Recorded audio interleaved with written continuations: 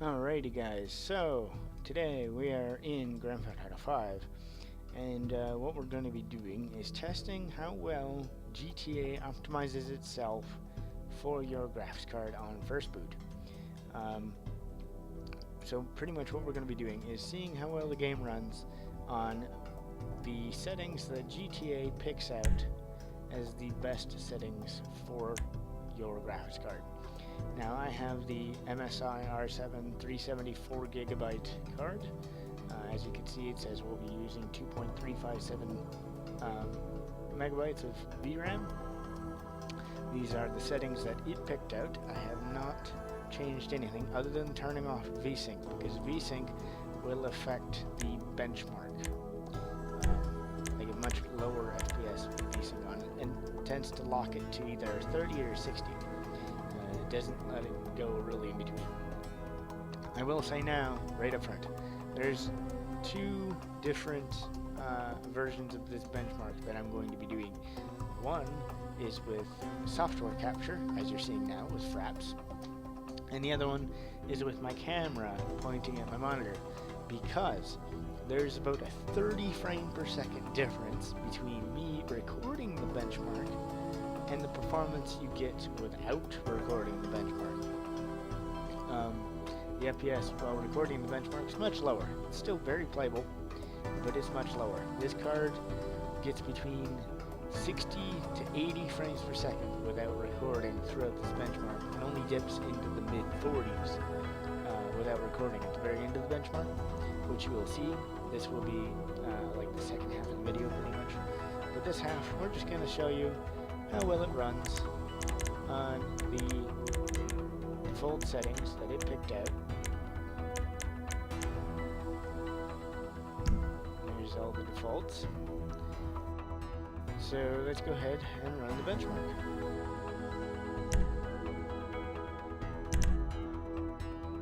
I will say this card is amazing for the money. It's got some serious cojones if you get the 4 gig version. It's able to handle quite a lot. This card is like $160 right now. I got mine for $180 at launch. If you're looking for a 1080p card that will be capable of high settings in 1080p or even ultra in some cases, that won't break the bank, I highly recommend the R7 370 4 gig card. It is very worth it. This game eats VRAM. Up here in the corner, as you can see, we have, you can't see my mouse cursor, but for the first row there's the GPU temperature, the GPU fan speed, and the GPU core clock. Second row, GPU RAM speed, GPU memory usage. Third is the GPU, or the FPS pretty much.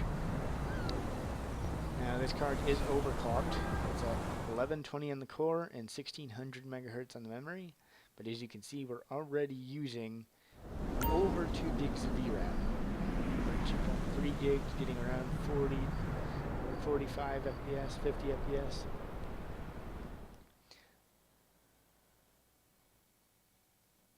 GPU temperature is only 44 Celsius. It's running with the fans off right now. 7 gigs of VRAM.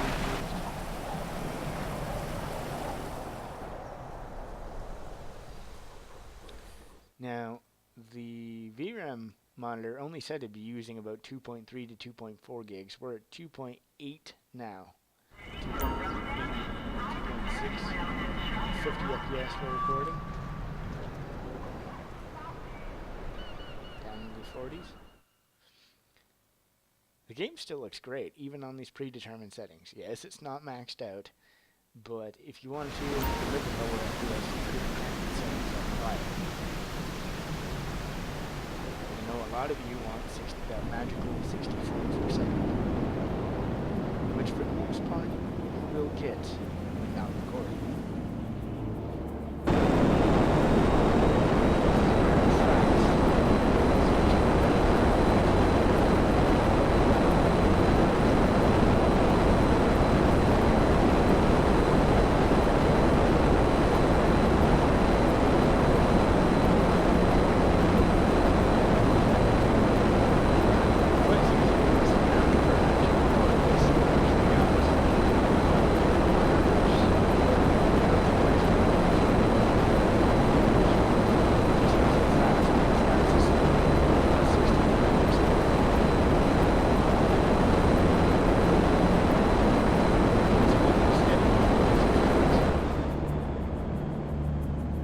stuttering is from the recording and my hard drive not liking it.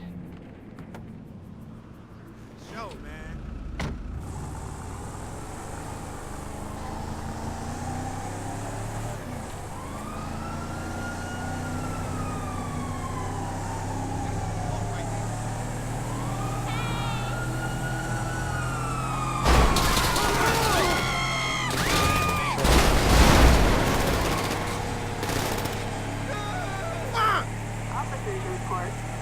I will say, the MSI Afterburner kit did a heck of a lot better job of getting it's very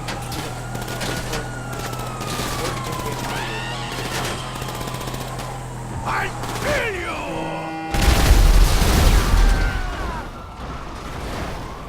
That is the end of this benchmark, so I'll cut it off and you'll see the the video camera next.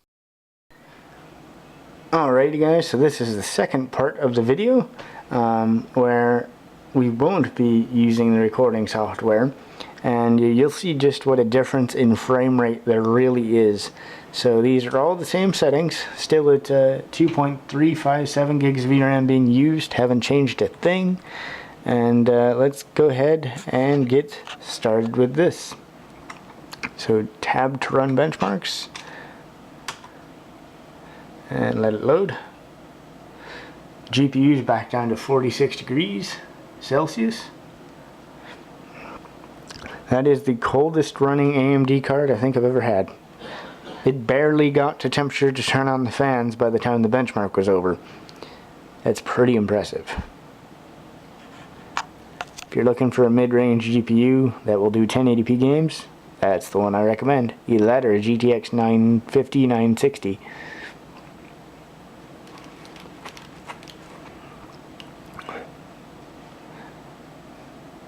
Okay, so here's the FPS in the very same scene.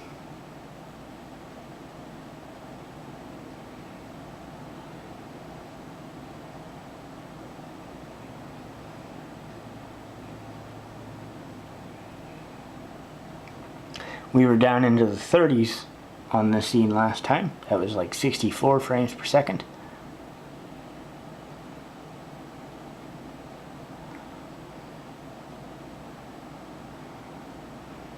So as you can see, there's quite a big performance hit when recording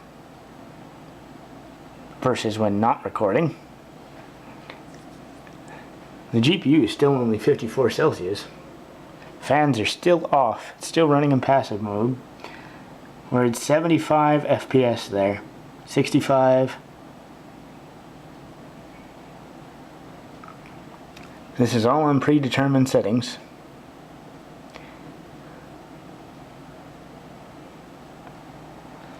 $60 FPS here at the waterfall. We were in the 30s before.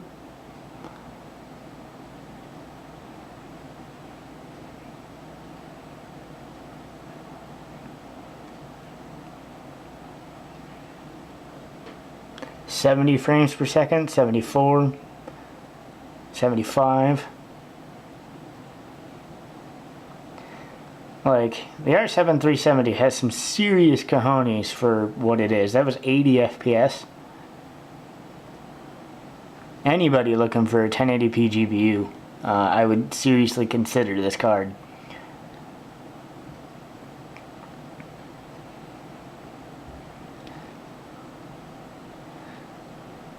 So we're keeping it stable between 60 and 80, pretty much.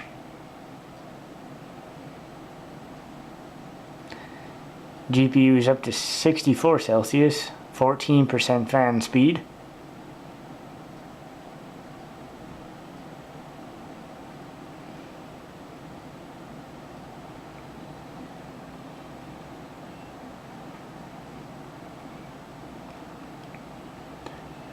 This is why I hate when people only do the benchmarks when recording, is because unless you have a seriously fast hard drive, there's usually some sort of performance hit. So you don't get the true performance. If I hadn't done this part of the video, you guys would think this card is a lot less powerful than what it is.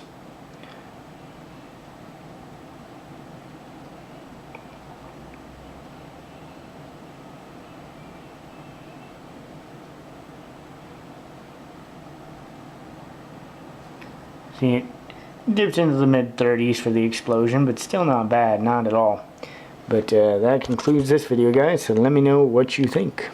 I'll talk to you later.